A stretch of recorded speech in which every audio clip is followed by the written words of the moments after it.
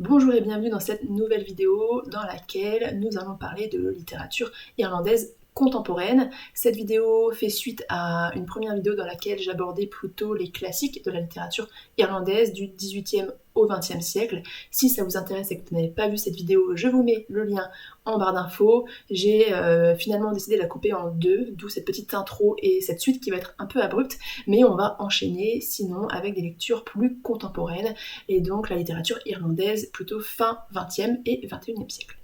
On va basculer dans une époque un peu plus moderne, fin XXe siècle, début XXIe. Il y a énormément d'ouvrages, je vais faire au mieux pour ne pas trop parler. Et je vais refaire une petite parenthèse historique parce que l'histoire de l'Irlande est très complexe, donc j'espère ne pas dire de bêtises, mais pour comprendre une grande partie des lectures qui arrivent, il faut connaître un minimum l'histoire irlandaise. En tout cas, moi, lorsque je lis ces livres, c'est aussi ça qui m'intéresse, de comprendre un pan de leur histoire, un pan de leur histoire aussi politique et de la vie de ces différents auteurs. Donc je simplifie, mais en Irlande, le 19e siècle s'est caractérisé par des rébellions des catholiques contre le pouvoir anglais et par une paupérisation de la population. La famine de 1845-1847, causée par une maladie de la pomme de terre, a entraîné la mort d'1 million de personnes et l'émigration d'1 million d'autres. Donc la population irlandaise, elle a été réduite, on dit, de 20 à 25%. Et par exemple, en 1855, un tiers des New-Yorkais étaient apparemment irlandais, c'est énorme. À l'époque, pendant cette famine, le gouvernement anglais n'a pas du tout aidé le peuple irlandais. Il faut dire que les riches irlandais non plus, qu'ils soient catholiques ou protestants, ils ont tous préféré vendre leurs récoltes au plus offrant plutôt que de nourrir leurs propres concitoyens. Donc on avait un dédain politique, mais on avait surtout un dédain social mené par l'oligarchie au pouvoir, qu'elle soit anglaise ou irlandaise. Et suite à la famine, les violences ont continué avec ce qu'on appelle la guerre agraire entre 1870 et 1890 qui s'est surtout limité à des violences civiles, et là l'objectif était mené par la Ligue nationale irlandaise, c'était d'améliorer la situation des paysans et à terme de redistribuer les terres aux exploitants irlandais. Donc pour apaiser les tensions, les Anglais à cette époque ils ont accepté de signer différents accords qui expliquent que si en 1870 3% des paysans étaient propriétaires, en 1916 64% des paysans étaient propriétaires. À la même époque, donc dès 1870, les négociations ont commencé pour ce qu'on appelait le Home Rule. Donc c'était un projet visant à donner une autonomie interne à l'Irlande, tout en restant sous la tutelle de la couronne britannique. Donc un peu comme le Canada, le Commonwealth, etc. aujourd'hui. Ce projet, il a traîné très longtemps, puisque s'il a été initié en 1870, il a été adopté en 1913. Et en plus, il ne satisfait aucun des deux camps, donc les tensions continuent jusqu'à l'insurrection de Pâques à Dublin en 1916. Cette insurrection par les révolutionnaires se solde par un échec et ça va galvaniser les tensions jusqu'à la guerre d'indépendance en 1919 jusqu'à 1921 qui aboutit à la déclaration d'indépendance irlandaise en 1922. Et donc c'est à ce moment-là que l'Irlande est coupée en deux, avec 6 comtés au nord de l'Irlande qui choisissent de rester anglais.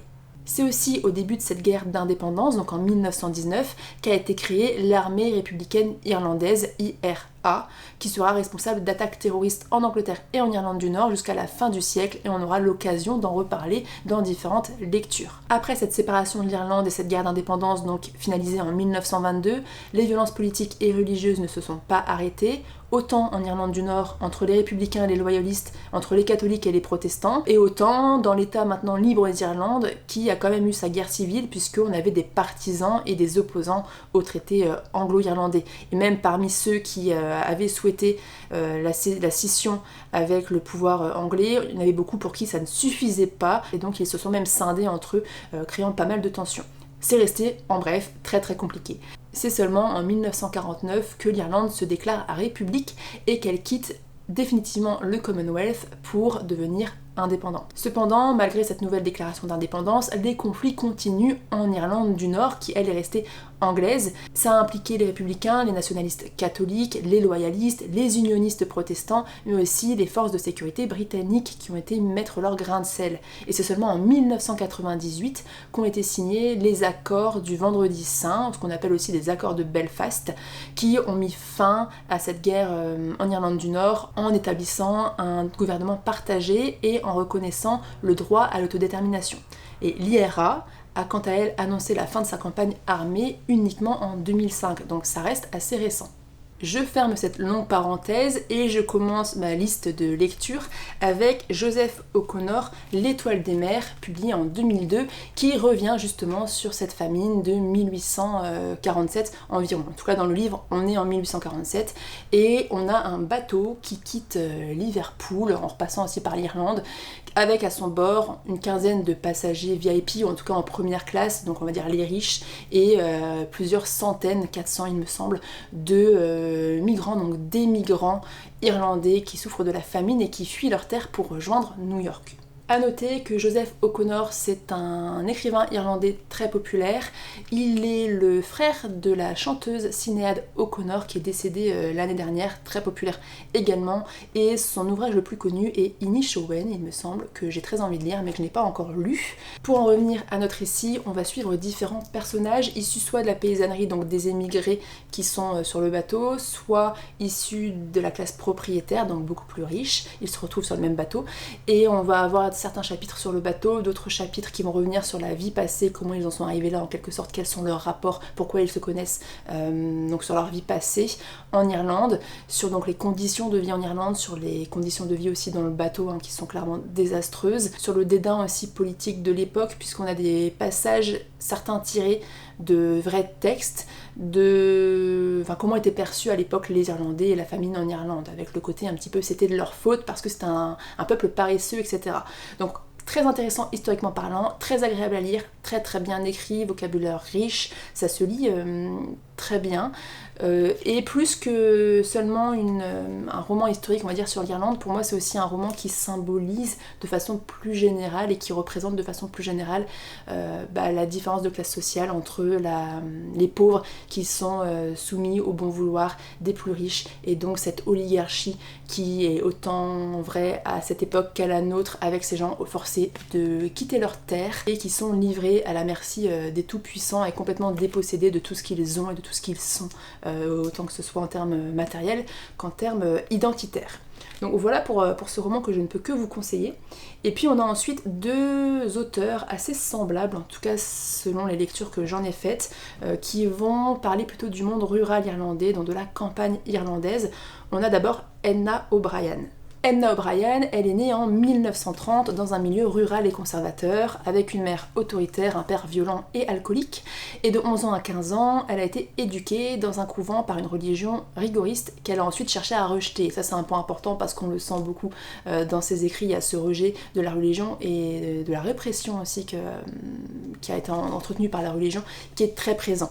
Elle a obtenu un diplôme en pharmacie, elle s'est mariée très rapidement à un écrivain, je ne sais plus de quelle origine, d'Europe de l'Est il me semble, avec qui elle a eu 2 fils. Elle a été vivre à Londres où elle a vécu jusque cet été, puisqu'elle est décédée en juillet ou en juin, donc 2024, à 93 ans. Son mariage a été très court et très malsain, et ce sont des thématiques qu'on va beaucoup retrouver dans ses écrits puisqu'elle s'inspire beaucoup de sa propre vie, de ses propres expériences. On va y parler d'émotions féminines, des relations souvent malsaines, conflictuelles, problématiques avec les hommes, elle y critique aussi de façon parfois provocatrice toute la répression et le rigorisme catholique irlandais avec sa violence physique, sa violence morale, etc.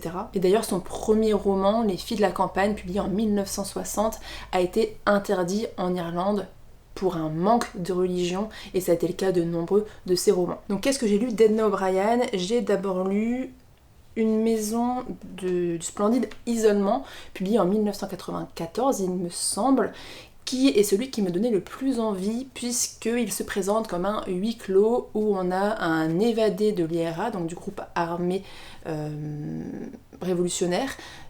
On a donc ce membre qui s'évade et qui va trouver refuge dans la maison d'une vieille femme qui s'appelle Josie, et donc ce sont 2 personnages qui vont devoir cohabiter bien que leur vision sur leur pays, sur la morale, sur la vie est complètement différente. Et donc j'avais vraiment envie d'avoir pas ce conflit, mais au contraire peut-être une réconciliation, en tout cas cet échange, ce dialogue entre ces 2 personnages.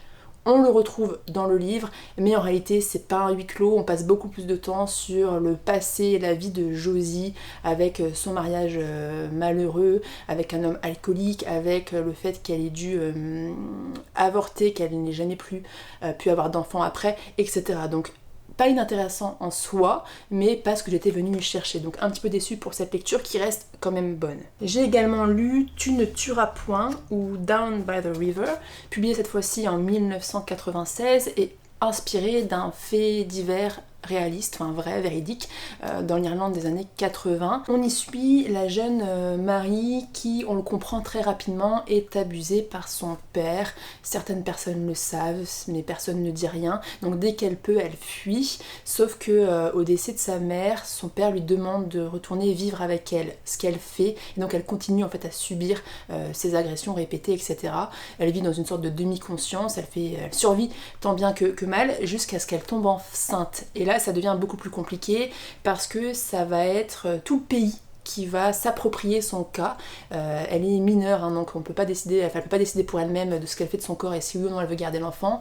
Et comme ça va se savoir que c'est son père, il y a tout le côté moralisateur, la religion qui s'en mêle. Donc c'est les médias, c'est l'église, c'est les voisins, c'est le pouvoir politique.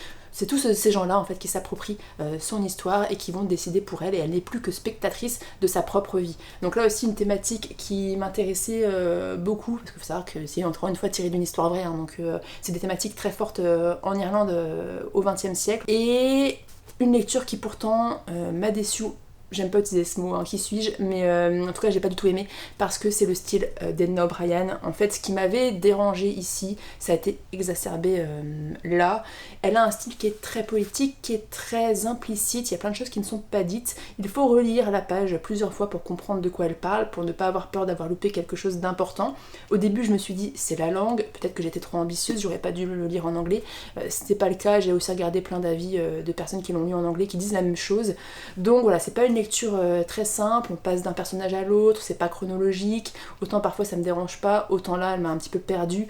Donc voilà, c'est une lecture que j'ai trouvée assez désagréable en fait dans le style, ce qui fait que comme la forme ne me plaisait pas, même si le fond m'intéressait beaucoup, j'ai perdu pied assez rapidement et je l'ai fini en diagonale. Donc j'ai fini par lire ses mémoires Country Girl de Edna O'Brien, donc que j'ai largement préféré dans le style, c'est beaucoup plus simple. Elle raconte sa vie, donc elle raconte en partie son enfance avec sa famille problématique dans la campagne irlandaise, c'est la partie que j'ai préférée, et après elle raconte son évolution dans le monde littéraire irlandais, ce qui m'a un peu moins intéressée, mais c'est quand même une lecture qui se fait assez facilement et qui est plutôt intéressante. Donc voilà pour Edna O'Brien, et dans le même style, je trouve, j'ai lu John McGahern, donc on est sur la même époque, on est fin 20e siècle. McGahern, il est décédé en 2007 ou 2006, et lui aussi il a grandi dans le monde rural, en tout cas dans la campagne irlandaise.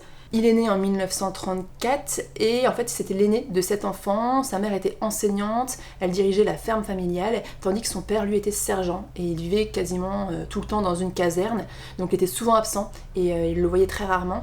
C'est simplement à ses 10 ans, quand sa mère est décédée, qu'il a dû aller vivre chez son père. Comme O'Brien, il s'inspire grandement de sa propre vie dans le choix de ses thématiques, de ses romans, etc. Donc l'environnement est très similaire. Et puis, lui, très bon élève, il a obtenu une bourse qui lui a permis de devenir enseignant, mais il a épousé une Finlandaise, donc une étrangère, ce qui lui a valu d'être licencié et rejeté par l'église catholique, et il a été s'installer en Angleterre. Il est seulement revenu à la fin de sa vie, en tout cas dans ces dernières années, vivre en Irlande et travailler dans une petite ferme, ce qui a inspiré ce roman. Donc c'est celui que j'ai lu, c'est son dernier, en dehors de ses mémoires dont je vous parle juste après, Qu'il soit face au soleil levant, publié en 2001. C'est un livre, je le dis tout de suite, qui m'a beaucoup ennuyée, donc pas forcément celui que je recommanderais pour commencer, mais c'est un livre très contemplatif, très lent, donc si c'est votre style, vous allez peut-être beaucoup plus aimer que moi, puisqu'on va y suivre 2 familles et principalement un couple qui vit dans une ferme autour d'un lac. On va les suivre toute l'année, donc au gré des saisons, et on va avoir des échos de la ville par les dialogues qu'ils vont entretenir avec leurs voisins et par les rumeurs de la ville. Eux ne bougent pas, tout se passe autour du lac. Tout ce qui se passe ailleurs est uniquement rapporté dans les dialogues. Et ce qui m'a beaucoup posé problème dans ce livre, c'est qu'on a énormément de dialogues, donc c'est que c'est très dense comme forme, on n'a aucun chapitre, on a des ellipses qui sont pas marquées visuellement, ellipses de temps, ellipses de personnages, tout ce que vous voulez. Donc c'est pas toujours facile de s'y retrouver, c'est assez redondant, il ne se passe pas grand chose et c'est très descriptif, ce qui est pas forcément les livres que je préfère. On est très en distance, on garde notre distance avec les personnages, on n'est pas dans leur tête, on entend ce qu'ils disent à travers les dialogues et on voit ce qu'ils font à travers un narrateur plutôt omniscient. Voilà un petit peu comment ça se présente. Donc là pareil, un petit peu déçue, donc j'ai enchaîné comme O'Brien avec ses mémoires que j'ai largement préférées. Là aussi, il va nous raconter sa vie. Alors à la différence d'O'Brien, qui raconte toute sa vie, ici les 3/4 du roman c'est son enfance. Et c'est seulement donc le dernier quart, et peut-être le dernier tiers, où il nous parle de sa vie adulte. Ce que j'ai préféré par contre dans ce livre-ci par rapport aux mémoires de Edna O'Brien, c'est que pour moi il prend plus de distance par rapport à ce qu'il a vécu. Elle le présente très simplement, Edna O'Brien, comme ça s'est passé. Lui a un peu plus de recul, avec un regard d'adulte, il analyse un peu plus ce qui s'est vraiment passé, etc. Ou en tout cas, il essaye d'apporter quelque chose en plus. Et ça reste très agréable parce que toute la première partie sur son enfance, on oublie quasiment que ce sont des mémoires, on oublie quasiment que c'est de lui qu'il parle. On a presque l'impression d'être dans un roman. Ce que j'ai aussi préféré dans ses mémoires, c'est que pour moi, il raconte beaucoup plus la vie en Irlande de façon générale, là où Edna O'Brien est beaucoup plus auto-centrée sur elle et raconte sa vie et son expérience à elle.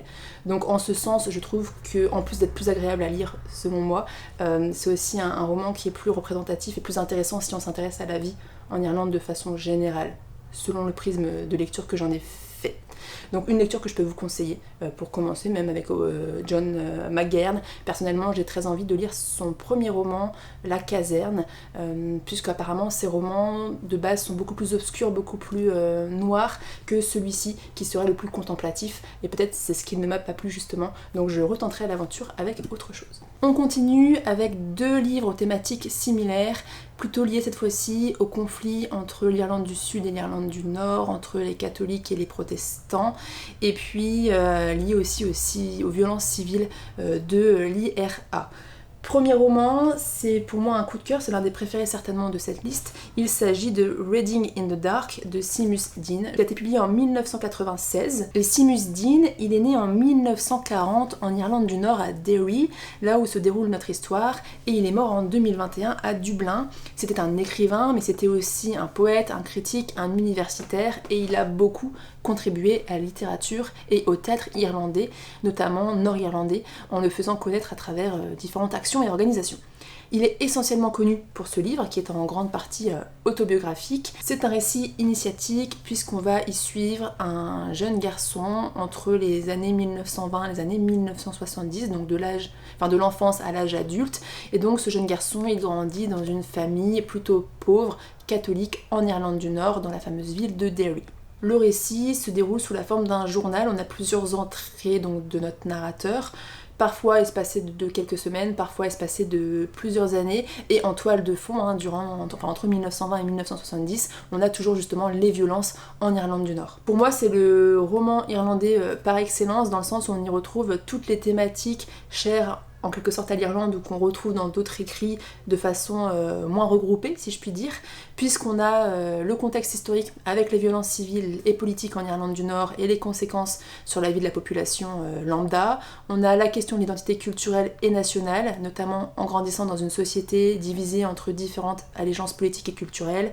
On a le poids de l'éducation religieuse, on a les traditions et les légendes irlandaises, et ça c'est un apport que j'ai beaucoup aimé parce que Deane a su apporter le folklore irlandais, ses légendes, etc., tout en restant sur un récit réaliste, sans partir dans le fantastique ou dans le surnaturel. Donc ça m'a beaucoup plu.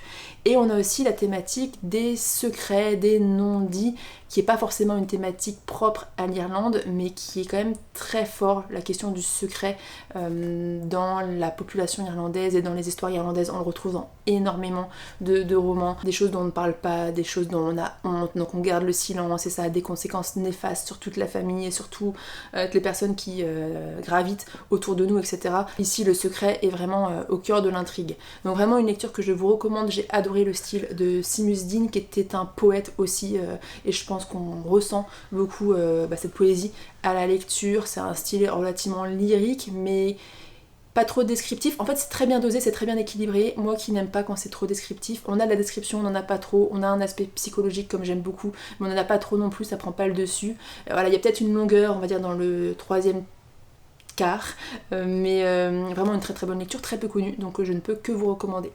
Et dans la même thématique, mais à un point de vue différent, on a William Trevor avec Fools of Fortune ou Coup du sort en français. Donc ici aussi c'est un enfant qu'on voit grandir, sauf qu'on est en Irlande du Sud et qu'on est dans une famille mi-anglaise, mi-irlandaise, bourgeoise, protestante. Donc on n'est pas du tout sur la même origine sociale, mais là aussi on va avoir les conflits qui vont se téléporter dans la famille et qui vont avoir de lourdes conséquences sur tous les membres de cette famille. William Trevor, c'est un écrivain qui est très très reconnu en Irlande. Il est principalement reconnu pour ses nouvelles, notamment il me semble en lisant Tourgueniev, que j'ai très envie de lire. Il me semble qu'on y suit une femme qui finit ses jours dans un hôpital psychiatrique et qui revient sur sa vie par bribes de souvenirs pour nous expliquer comment elle en est arrivée là. Donc c'est une lecture que je ferai certainement. Et celui-ci c'est considéré aussi comme l'un de ses chefs-d'œuvre. Il a été publié en 1983. Seulement, apparemment, il n'est plus traduit, il n'est plus édité en France, donc il faut le trouver soit en anglais, soit en occasion en français. Ce qui est un peu dommage parce que c'est vraiment une très bonne lecture que je peux vous recommander et qui pour moi en plus est très grand public et qui plaira, je pense, au plus grand nombre. Ensuite, on est toujours en Irlande du Nord, mais cette fois-ci on est à la fin du XXe siècle puisqu'on est dans les années 1990 avec Eureka Street de Robert McLiam Wilson, qui est lui-même nord-irlandais et qui a grandi à Belfast, et c'est à cette ville qu'il va faire hommage dans ce roman publié en 1997. On va y suivre deux personnages, les chapitres vont alterner d'un personnage à l'autre. Ce sont deux amis qui vivent donc dans le Belfast des années 1990. L'un s'est séparé de sa copine il y a à peu près 6 mois parce qu'elle a voulu quitter les violences en Irlande du Nord. Elle est partie, il me semble, à Londres. Lui est resté, il essaye de faire le deuil en quelque sorte, ou en tout cas de retrouver du travail, de se bouger un petit peu pour reprendre le cours de sa vie. C'est un personnage assez cynique, moi j'aime beaucoup, qui fait beaucoup d'humour, parfois noir, assez de sarcasme, etc. Et puis son ami, donc on suit aussi, c'est un jeune qui a jamais rien fait de sa vie et là il vient d'avoir 30 ans et il a un peu la réalisation qu'il a jamais rien accompli et qu'il est temps qu'il commence vraiment à faire de l'argent. Il va se lancer dans le monde des affaires et on va le suivre dans ses aventures en Irlande et ailleurs et comment aussi leur relation va évoluer. C'est un livre que j'ai beaucoup aimé, qui ne plaira pas à tout le monde à cause de son style. C'est très sec, c'est parfois vulgaire, c'est un peu lourd, un peu beauf.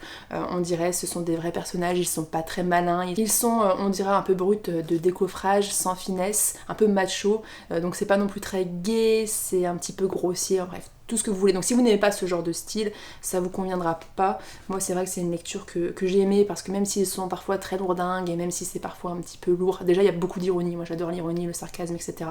Donc ça me plaît beaucoup, mais c'est surtout que je trouve que Robert McLiam Wilson fait preuve d'une grande empathie envers ces personnages qui sont pourtant pas détestables, mais pas appréciables non plus. Et c'est très réaliste dans le portrait de ces deux jeunes, en tout cas au début, qui n'ont rien fait de leur vie et qui savent pas trop où ils en sont et qui en plus évoluent dans un environnement hyper délétère et hyper néfaste, mais qui sont hyper attachés aussi à leur ville. Encore une fois, cet hommage à Belfast. Donc je trouve que c'est certainement, en tout cas, on se rend compte un petit peu de ce que devait être la vie à Belfast à l'époque. Donc c'est une lecture que je vous recommande grandement. En tout cas, moi qui m'a beaucoup plu. Autre thématique sur laquelle j'ai 2 lectures à vous présenter. Je refais juste un petit point rapide. De quoi je vais vous parler? Je vais vous parler des couvents de la Madeleine. Que sont les couvents de la Madeleine, ou ce qu'on appelait aussi les blanchisseries Madeleine? C'était des établissements gérés par des sœurs où étaient envoyées toutes les filles dont la société ne voulait pas. Donc officiellement, c'était, l'objectif de ces centres, c'était la rééducation de femmes perdues, des femmes de mœurs légères. Et ces institutions ont existé dès le milieu du XVIIIe siècle, et le dernier couvent a même fermé en 1996, donc ça reste assez récent. Et en fait, dans les faits, concrètement, qu'est-ce qui s'y passait réellement?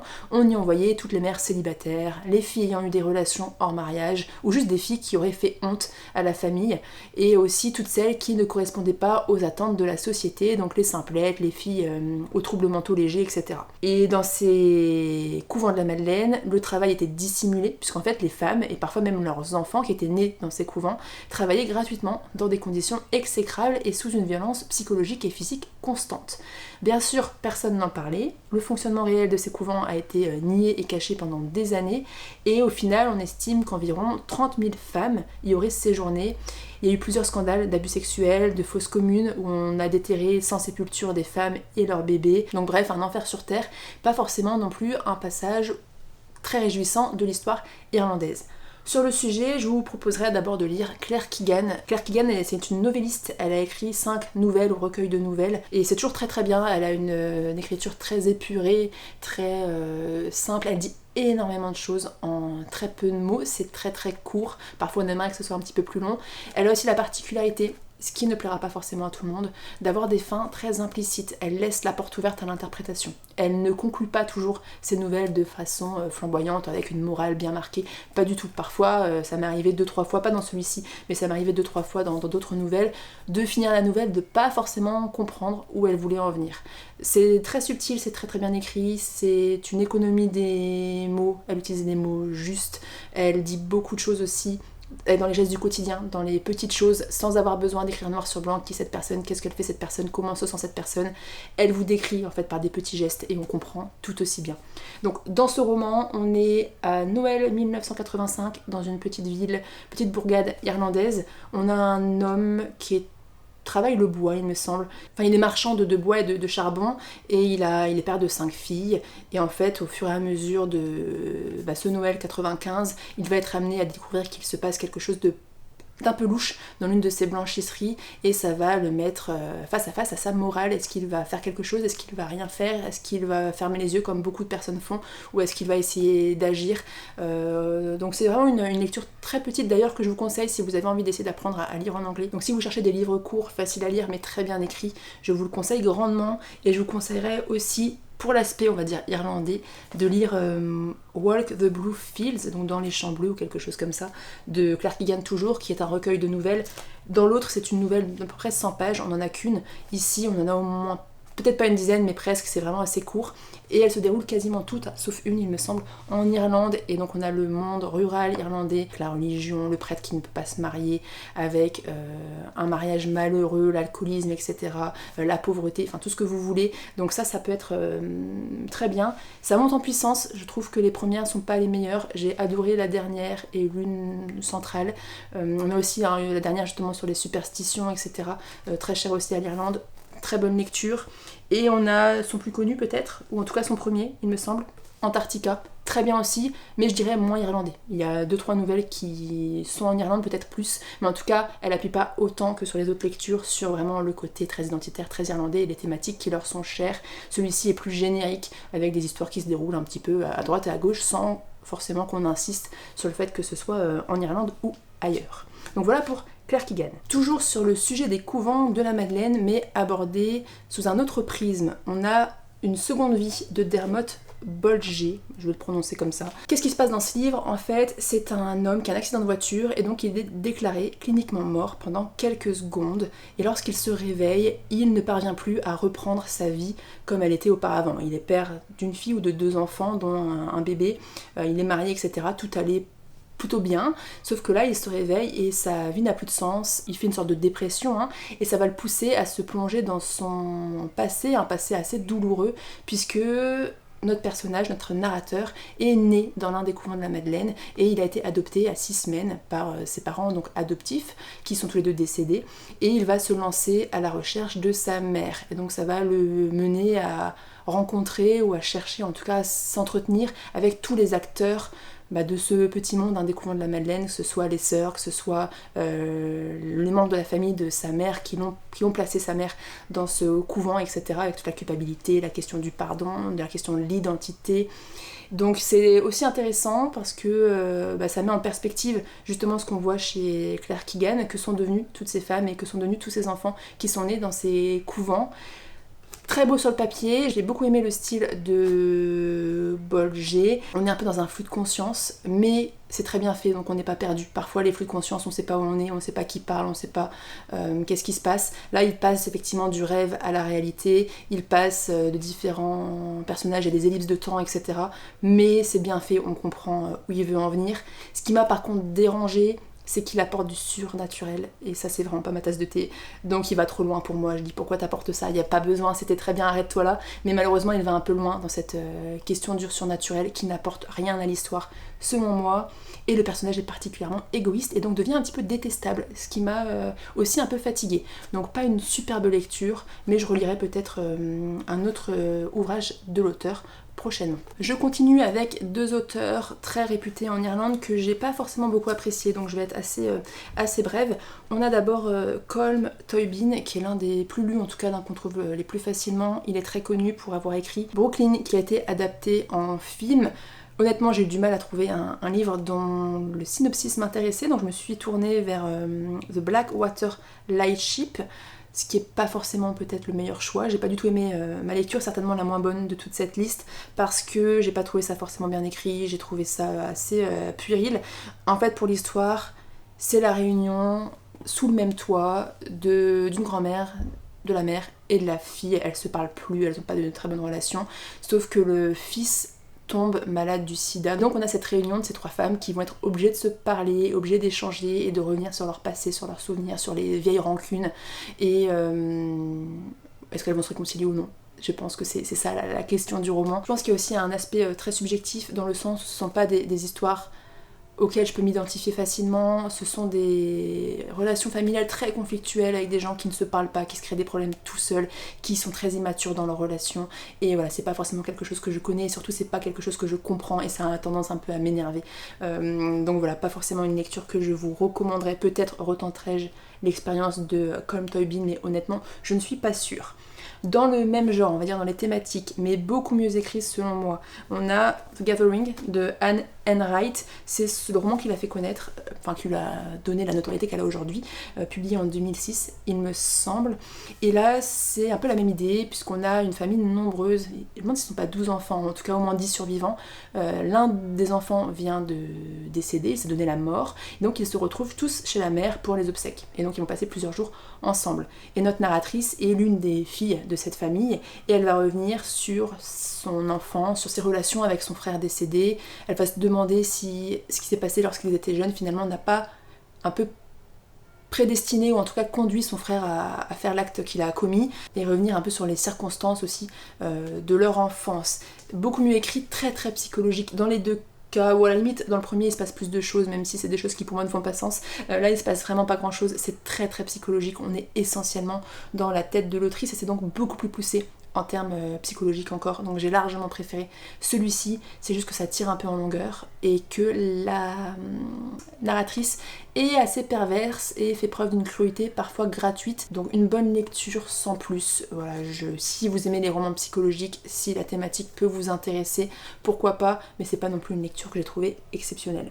Donc voilà un petit peu pour ces 2 romans qui pour le coup reviennent un peu aussi sur ce que je vous disais tout à l'heure dans les thématiques très chères aux Irlandais, ou en tout cas de la littérature irlandaise. Ce sont des romans qui sont juste basés sur des secrets, sur des non-dits, sur les apparences, sur voilà, à quoi on doit ressembler, qu'est-ce qu'on doit faire, et on ne dit rien, on n'en parle pas même des années plus tard, et donc on se fait la tête, on ne se parle plus à cause de ça. Et je finirai par 2 auteurs vraiment que je mets à la fin, parce que c'est pas forcément des thématiques irlandaises, ils sont irlandais mais ils écrivent pas forcément sur l'Irlande, donc ce sont des thématiques autres, mais on a quand même un gros coup de cœur qui est John Banville, que je ne connaissais pas du tout, ça se voit, je crois que j'ai lu 4 livres de lui, j'ai adoré son style, je ne comprends pas pourquoi il est pas plus connu, ou peut-être que si je comprends, c'est certainement parce qu'il ne se passe pas grand chose dans ses romans, et que ce sont des grands monologues très très psychologiques, analytiques, enfin je sais pas trop comment on appelle ça, mais moi j'ai vraiment vraiment beaucoup aimé. John Banville, il est né en 1945 et il a obtenu de nombreux prix tout au long de sa carrière, il a une grande maîtrise de la langue, il a un style qui est très travaillé, net, direct, je dirais presque chirurgical parfois, ou en tout cas très minutieux. Ses romans sont principalement des romans psychologiques, introspectifs, et moi ce qui a pu me déranger, c'est qu'ils sont truffés de références historiques, littéraires, que je n'avais pas, et donc qui m'ont parfois un peu manqué, notamment pour l'un des ouvrages. Peut-être que j'ai pas tout compris à cause de ça, et que ça a rendu ma lecture un peu plus difficile. J'ai lu le livre des aveux, qui est mon préféré. J'ai lu La mère, qui a obtenu le Booker Prize en 2005 et qui est son ouvrage le plus connu, qui est peut-être celui que j'ai moins aimé. Et j'ai lu L'Intouchable, qui est le premier publié de... Je pense qu'on est celui-là qui est publié en premier, ensuite celui-ci, et ensuite celui-ci. En fait, dans les 3 romans, Le principe est le même. On a un homme qui est dans une situation et dans tout le roman, il va nous raconter comment il en est arrivé là. Donc il fait une analyse de lui-même, il est dans l'introspection, il se demande quelles sont les décisions qui ont marqué sa vie, quelles sont les personnes qui ont marqué sa vie, pourquoi il a fait les choix qu'il a fait, est-ce qu'il comprend vraiment d'ailleurs les choix qu'il a fait. Et il y a un petit peu toutes ces contradictions de l'être humain, donc ça que j'aime beaucoup, ce sont des personnages très gris, très nuancés, qui vont donc s'interroger sur leur propre vie, à la fois des écrits assez auto-centrés sur notre narrateur, mais comme ils ont tous des thématiques, on va nous parler d'autres choses, d'autres thématiques aussi. Celui-ci, c'est donc la confession d'un homme très antipathique et égocentrique qui est accusé d'avoir enlevé et tué une femme sans motif particulier. Et donc il va essayer de, non pas de justifier, mais d'expliquer pourquoi il a fait ce qu'il a fait, de comprendre lui-même qu'est-ce qui l'a poussé à faire ça. Ça fait pas rêver sur le papier, moi c'est celui que j'ai préféré, donc voilà, celui-là je peux vous le conseiller. Dans La Mer, son plus connu, peut-être aussi celui qui m'a le moins plu et qui est le plus classique, on va suivre un homme qui vient de perdre sa femme et qui donc fait le deuil dans une demeure près de la plage, là où il avait l'habitude d'aller lorsqu'il était petit, en vacances, et il va revenir aussi sur sa vie, la relation avec sa femme, la relation avec sa maladie, et lui, qu'est-ce qu'il est aujourd'hui, et en quoi des événements qui se sont passés un certain été l'ont marqué, et peuvent encore expliquer ce qu'il est devenu en fait aujourd'hui. Donc ça se lit très bien, je pense que c'est le plus accessible, c'est le plus simple, mais personnellement c'est celui aussi que j'ai trouvé avec le moins d'intérêt. J'ai ensuite lu L'Intouchable, et c'est celui-là qui est plus compliqué, qui est très très intéressant parce que L'Intouchable, c'est un homme qui est de renommée publique, qui était un espion pour le gouvernement britannique, et en fait il est révélé avoir été un espion russe dans les années 50, donc pendant la guerre froide, et donc c'est un peu la déchéance, ou en tout cas la disgrâce sociale, hein, vu que c'est révélé publiquement, et donc il va tomber de très haut, et il va essayer d'expliquer aussi qu'est-ce qui l'a amené, pourquoi il s'est retrouvé à trahir son pays, comment ça s'est fait, et c'est tiré d'une histoire vraie, c'est tiré des 5 de Cambridge qui ont été recrutés par les services secrets russes dans les années 30 et qui les ont aidés jusqu'à la fin des années 50. Donc intéressant aussi pour le côté historique. Pour le coup, ça m'a obligée à me pencher sur la question et à lire Wikipédia, et c'est vrai qu'il y a une grande partie politique dans ce roman, donc si ça ne vous intéresse pas du tout, passez votre chemin parce que vous allez grandement vous ennuyer. Mais sinon, toujours très très bien écrit et toujours très très bien fait. Enfin, vraiment, Benville, j'aime beaucoup, et de façon beaucoup plus accessible et complètement différente. Il faut savoir que Benville a écrit beaucoup de romans policiers sous le nom de Benjamin Black, mais maintenant, les derniers, il me semble, il les a écrits sous son nom, puisque celui-ci a été publié en 2020, John Banville. Neige, très bien, c'est un roman policier, donc c'est sans prise de tête, c'est pas hyper original, mais c'est un prêtre qui est retrouvé assassiné dans un manoir, et donc on est un peu dans une sorte de Cluedo, puisque il n'y a pas grand monde qui vit autour de ce manoir, donc le meurtrier est forcément pas très loin, et c'est forcément quelqu'un qu'on connaît, et donc on va essayer de revenir, de comprendre qui a tué cet homme. L'avantage c'est que c'est très très bien écrit, donc c'est pas toujours facile de trouver de bons policiers bien écrits. Celui-ci, c'est le style de Banville, on va dire un peu simplifié, mais ça se lit vraiment très très bien. Peut-être un peu prévisible comme souvent, mais moi j'ai vraiment aussi beaucoup aimé, beaucoup plus léger, donc ça peut déjà être une très bonne porte d'entrée pour Banville. 2 derniers auteurs plus rapidement, dont un coup de cœur. On a Colum McCann, Let the Great World Spin, et que le vaste monde poursuive sa course folle, publié en 2009. Il faut savoir que McCann, il est parti d'Irlande, il a quitté l'Irlande pour s'installer à New York dès ses 25 ans, et donc c'est l'auteur le moins irlandais de tout ce que je vous ai présenté, dans le sens où il parle très peu d'Irlande, et il choisit des thématiques, et en tout cas ses livres se déroulent dans les 4 coins du monde. Ici, le récit se déroule à New York en 1974, avec comme point de départ un fait véridique, la traversée d'un funambuliste français sur un fil entre les 2 tours du World Trade Center, et on va ensuite suivre à partir de là différents personnages dont les destins vont se mêler, vont se croiser, des personnages issus de classes sociales complètement différentes et d'histoires complètement différentes. L'un des personnages principaux étant un jeune prêtre qui quitte l'Irlande, donc on a quand même un point de départ en Irlande, qui va s'installer dans le Bronx, et il est rejoint par son frère, et il se rend compte en fait qu'il vit dans une misère pas possible entre les voyous, les prostituées, la pauvreté, etc. Et comment va évoluer la relation. On a aussi une jeune mère endeuillée de son fils mort à la guerre du Vietnam. Voilà, donc ce sont des personnages qui vont se rejoindre plus ou moins directement. Très très bien écrit, beaucoup d'empathie, beaucoup d'émotions, et à la fois c'est pas du tout dans le pathos, c'est pas du tout dans le sentimentalisme, moi ce que je n'aime pas tellement. Donc on a finalement un portrait du New York, même des États-Unis, des années 70, avec sa guerre du Vietnam, avec son racisme, avec sa pauvreté, avec ses problèmes sociaux, etc.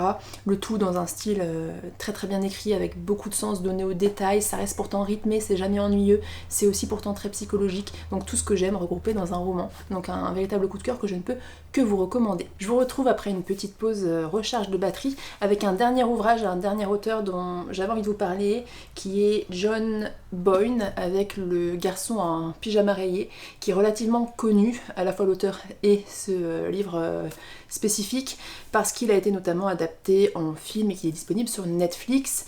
Rien à voir avec l'Irlande, puisqu'on va y suivre le fils du commandant du camp d'Auschwitz, c'est complètement fictif. Et ce petit garçon vit dans l'ignorance de ce qui se passe derrière le mur de son jardin. C'est un petit garçon qui grandit très seul, sans amis, et donc il va nouer une amitié avec un petit Polonais qui se trouve de l'autre côté du grillage, et on va voir où ça va les mener tous les deux. C'est un livre qui se lit très bien, qui est facile à lire. Ici en anglais, si vous souhaitez commencer à lire en anglais, il est relativement accessible, un peu comme Clark Egan, même encore plus simple. La seule chose pour moi, c'est que j'ai du mal à me positionner sur ces écrits fictifs qui utilisent la Shoah comme trame de fond. Voilà, entre la nécessité d'une mémoire historique et l'instrumentalisation pour faire naître l'émotion facile, je préfère m'en tenir personnellement aux essais et aux témoignages qu'aux romans. Ça en reste une bonne lecture, je peux vous la conseiller. Moi surtout, j'ai envie de relire John Boyne avec un écrit cette fois-ci plus irlandais en quelque sorte. C'est son roman le plus connu qui s'appelle Fureur invisible du cœur et qui cette fois-ci retrace la vie d'un enfant, j'imagine jusqu'à l'âge adulte, des années 40 à nos jours en Irlande. Donc c'est probablement vers cette lecture que je me tournerai pour relire John Boyne.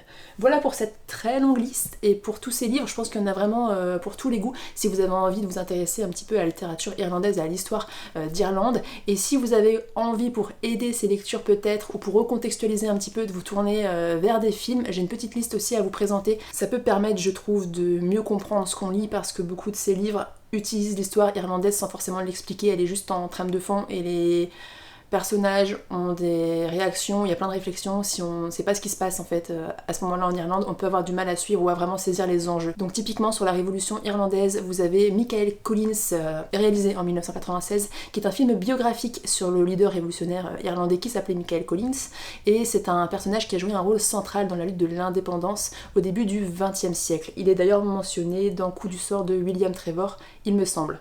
On a aussi Le vent se lève en 2006 par Ken Loach, qui est un réalisateur que j'aime beaucoup, qui a eu la Palme d'Or à Cannes, et là c'est un film sur la guerre d'indépendance irlandaise et la guerre civile qui a suivi. Comme je vous le disais, lorsque l'Irlande a conclu un accord avec l'Angleterre, les révolutionnaires irlandais se sont... Il y a eu une scission entre ceux qui étaient ok avec cet accord et les autres qui trouvaient que c'était pas suffisant et que l'indépendance n'avait pas été suffisamment acquise, et donc ils se sont déchirés entre eux. Donc là c'est très bien représenté, c'est un film très historique et on a Cillian Murphy dans le premier rôle, c'est qu'il n'est pas négligeable. On a aussi, toujours sur les tensions nord-sud, mais plutôt dans la seconde moitié du XXe siècle, Au nom du père, réalisé en 1993 par Jim Sheridan, l'histoire vraie de Gary Colon, injustement condamné et emprisonné avec son père pour un attentat commis par l'IRA, un attentat que lui et son père n'avaient pas commis, ils n'étaient pas du tout responsables.